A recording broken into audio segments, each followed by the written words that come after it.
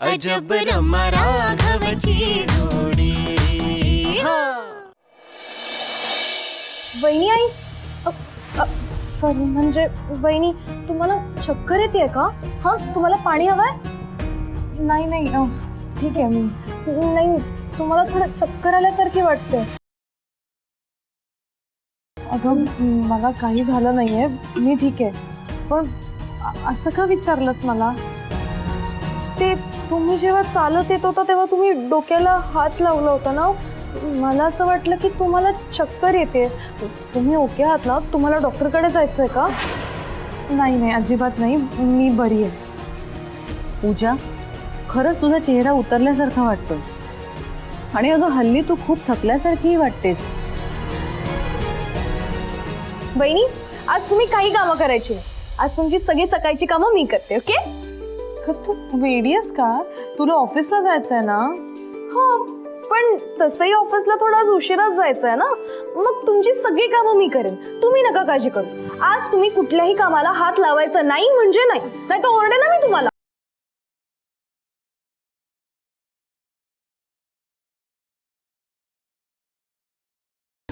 काय बोलू? बरं मला लवकर जायचं ऑफिसला त्यामुळे मी तयार होतो आता. चला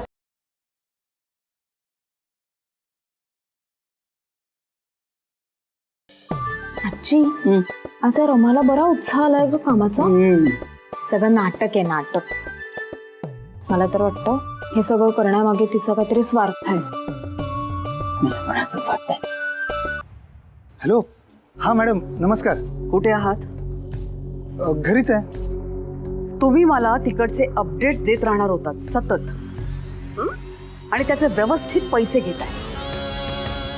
तुमचा एकही कॉल आला नाही. काय झालं? विसरला? नाही नाही मॅडम कसा विसरेन मी. आज मी तुम्हाला कॉल करणारच होतो. का? तिथे काही विशेष घडलंय का? नाही रोजच्या सारखं.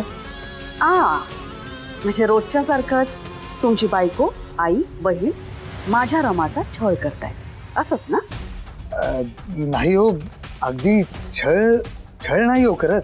एक मिनिट त्यांची बाजू घ्यायची नाही आणि हे ना सारवासारव करण्याचे पैसे देत नाही मी तुम्हाला.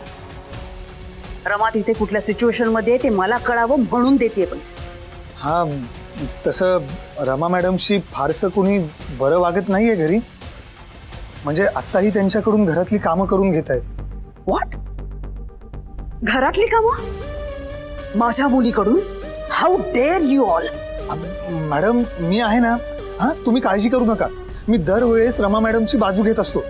कोणालाही त्यांना काहीही बोलू देत नाही.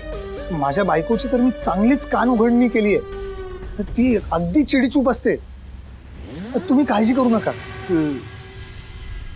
आणि तो तुमचा भाऊ राघव तो तिच्याशी कसा वागतोय? राघव तो जगन मित्र आहे. तो सगळ्यांशी चांगला वागतो. मी विचारलेल्या प्रश्नांची उत्तरं द्या फक्त. राघवचं कौतुक नकोय. छे राघवचं कौतुक मी झोपेत सुद्धा करणार नाही. आमच्या घरच्यांना त्याच्याबद्दल काय वाटतं ते सांगत होतो. काय आहे तो कसाही वागला तरी आमच्या घरच्यांना त्याची कुठलीही चूक दिसत नाही. बहुतेक यामुळेच तो मुलगा इतका शेफारलाय. Hello madam. Hello madam. Hello. मला एक सांगा तुमच्या घरी आता कोण कोण? आबा सोडल्या सगळे आहेत घरी. का हो मॅडम? माझ्या प्रश्नांची उत्तरं द्यायची फक्त कार्तिकेय. उलट मला प्रश्न विचारायचे नाहीत. माफ करा. वेळ आली ना की तुम्हाला सगळं कळेल. तेव्हा ना फोन आता.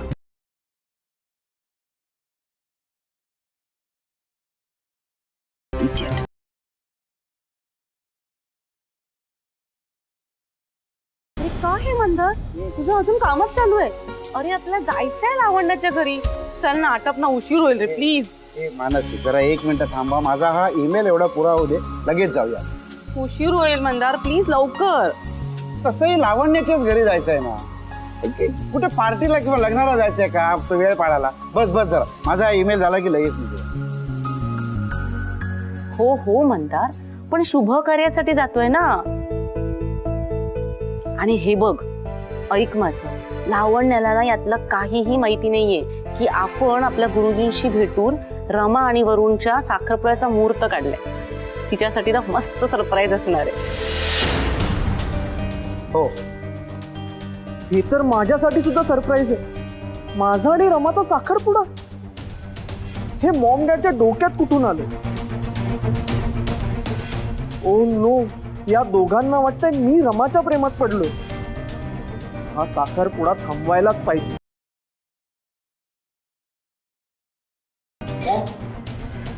हा कुठे निघालात? वरुण, बाहेर जाताना असं कोणाला विचारू नये रे, काम होत नाही. वरुण, मी सांगतो तुला, बस. हे बघ, आम्ही त्या परांजपेंच्या घरी चाललो तुझ्या आणि रमाच्या साखरपुड्याचा मुहूर्त काढण्यासाठी. आणि आता बसल्या बैठकीला इतर गोष्टी ठरवूनच येऊ. काय वरुण भाऊ, खुश आहेस की नाही?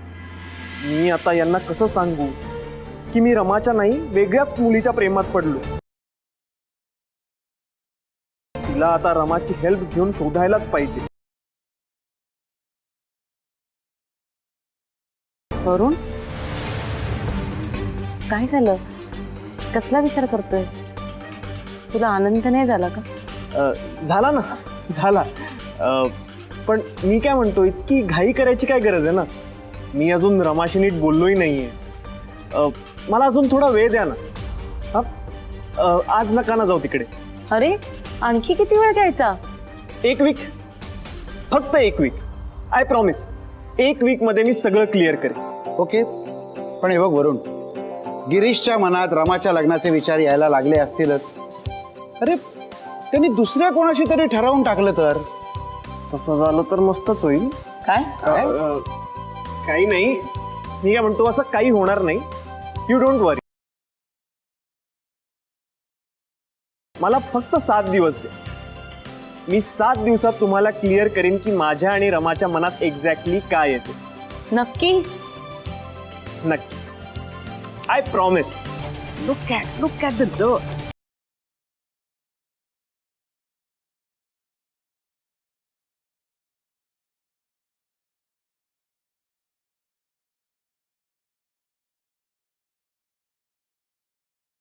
रमा कुठे आहे? त्या मोलकर्णीला विचारू का? ना, I don't want to talk to her. मला शोधायला लागेल.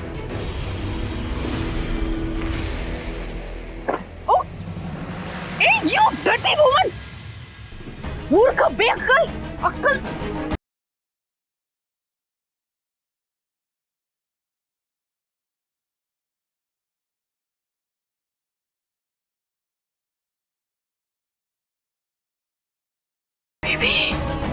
ममा, ममा कशी आहेस तू? एक मिनिट, तू डॅडला सांगून आली आहेस ना इथे? हा, म्हणजे त्याची परमिशन घेऊन आली आहेस ना तू? ओ गॉड बेबी, काय अवस्था करून ठेवली या लोकांनी तुझी. ओ माय गॉड बेबी, काय चाललंय तुझं? हा, मी मागून बघितलं ना, मोलकरीण वाटली कोणीतरी, आणि तो समोरून बघते तर तू तशीच दिसतेस रमा. मग काय करतेस तू? अगं मम्मा, मी कपडे धुवत होते, झालेच आहेत माझे धुवून. मी आता कपडे वाट टाकते, 5 मिनिटात येते, तू बसा. ये.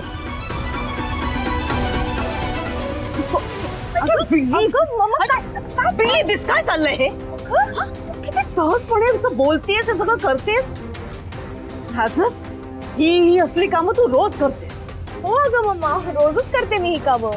अगं इथे सगळे जण आपापले कपडे स्वतः धुतात. रिडिक्युलस. ही ना सगळी या पूर्ण फॅमिलीची चूक आहे. त्यांनी तुझी ही सगळी अशी अवस्था केली. नाही, ही ना ती गिरीशची चूक आहे. गिरीशने तुला ह्यांच्या फॅमिलीमध्ये आणून टाकलंय, जे एक सर्वंट सुद्धा अफोर्ड करू शकत नाहीये. अगं मम्मा, सर्वंटची इथे काही गरजच नाहीये. मी तुला सांगितलं ना मगाशी, इथे सगळे जण आपापली कामं करतात. दिस इज स्वावलंबन. अगं स्वावलंबन आय नो व्हॉट स्वावलंबन मीन्स. ओके, पण आपल्या घरात राहत असतीस ना तर हा शब्द उच्चारावाच लागला नसता. इथे काय करतेस तू? ही सगळी असली कामं. मम्मा प्लीज प्लीज काम डाऊन, प्लीज काम डाऊन. हे बघ, तू चिडू नकोस, अशी रिॲक्ट नको हो. सगळं काही नॉर्मल आहे इथे. चुप. तू काही बोलायचं नाही. आता जे काही बोलायचं ना ते मी बोलणार आहे यांच्याशी. मम्मा ऐक, तू चाल वादी माझ्या मम्मा बरोबर. प्लीज ऐक. चल. ऐक माझं. मॉम, ए म्हाताऱ्या, मॉम, गजानन पुरोहित, बाहेर ये. मॉम काय करतेस तू? ए म्हाताऱ्या, बाहेर ये म्हणते ना. गप्प बस, शांत हो. आज मी त्या खेळड्याला सरळ करते की नाही बघ. गजानन पुरोहित, काय रे लपून बसलास का? बाहेर ये. नाही, तोंड सांभाळून बोलायचं.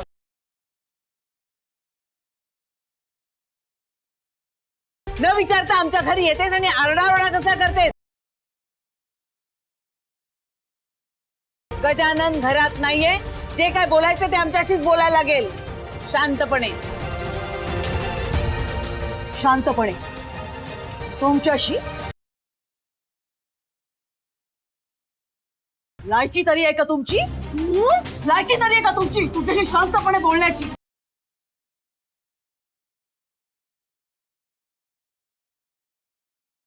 पाहुणी म्हणून आलेल्या माझ्या मुलीची काय अवस्था केली तुम्ही? बघताय तुम्ही काय अवस्था झाली आहे माझ्या मुलीची? कामाला तुमताय तुम्ही? लाज नाही वाटत तुम्हाला असं वागतं ना?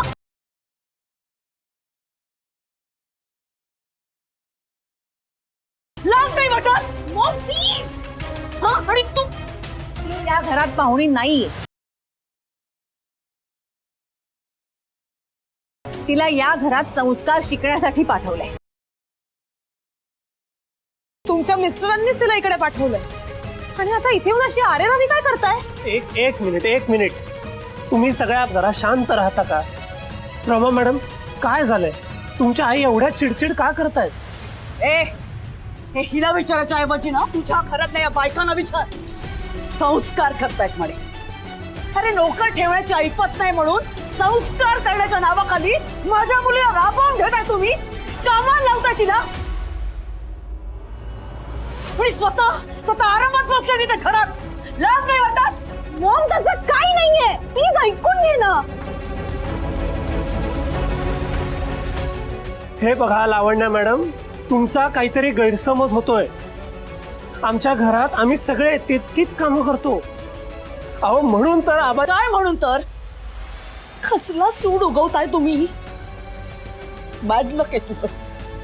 नाही, हिचं बॅड लक आहे म्हणून तुमच्यासारख्या डाऊन मार्केट फॅमिलीमध्ये येऊन पडलीये.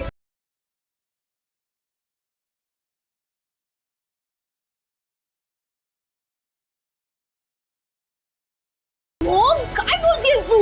एक मिनिट.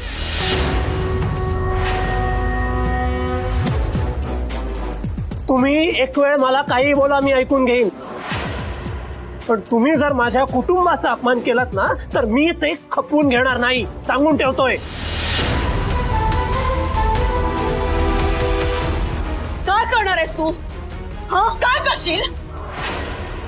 एकदा नाही 1000दा अपमान करेन मी तुझा. वाटलं काय तुला?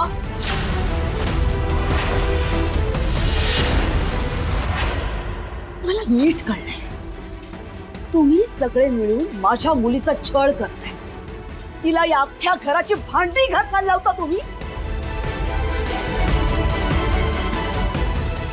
लाडात पडली माझी मुलगी, श्रीमंतीत पडली अशा माझ्या मुलीला तुमच्या घराची धुणी भांडी करायला लावता तुम्ही.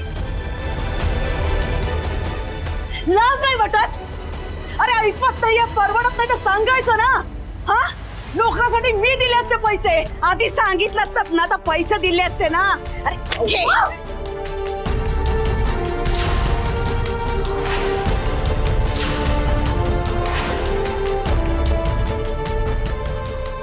आता एक तरी नोकर ठेवा तुम्ही.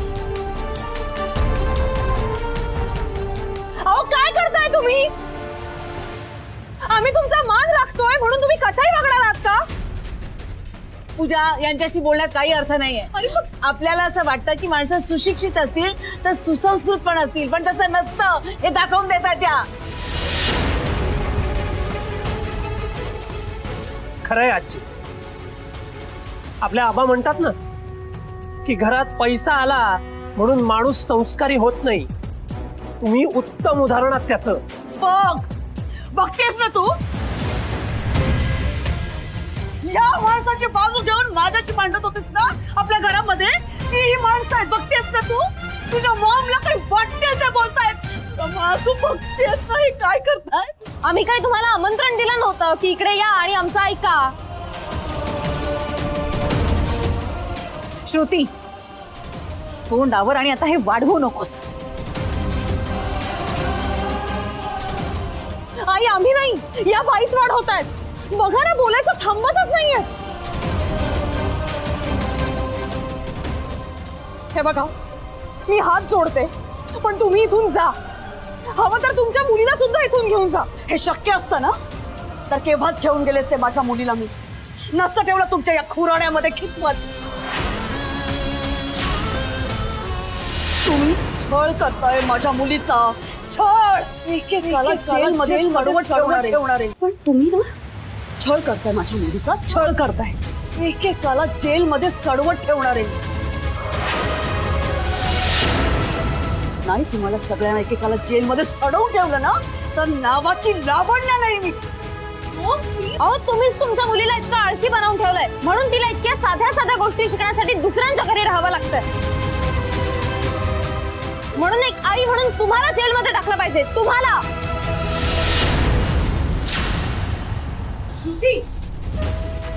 अगं काय चुकीचं बोलली ती. बरोबरच बोलते ती. हे असेल गडगंज श्रीमंत, पण संस्कार करायला तर आमच्याच घरी पाठवायला लागलं ना मुलीला.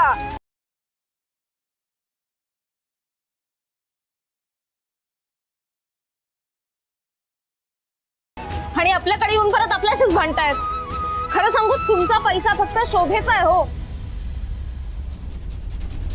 खरं तर तुम्ही भिकाऱ्यांपेक्षा सुद्धा गरीब आहात.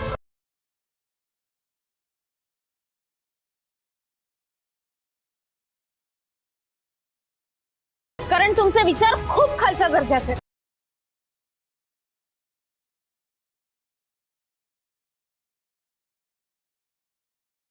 खरे तर तुम्ही आहात. तुम्ही पुन्हा अशी चूक करायची नाही. हं, तुम्ही एक स्त्री आहात आणि रमा मॅडमच्या आई आहात, म्हणून तुमच्याशी आदराने आणि शांतपणे बोलतोय मी.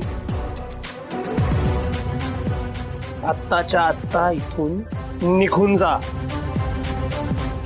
घडलेला प्रकार गिरीश परांजपेंना सांगायला भाग पडू नका मला. अरे तू एवढा शांतपणे का बोलतोयस राघवा. ए बाई, माझ्या नातीवर हात उचललास ना, आता बघ तुझं तंगड मोडते की नाही मी. समोर येऊन तर बघ, नाही तू थोबाड फोडलं ना थेरडे तर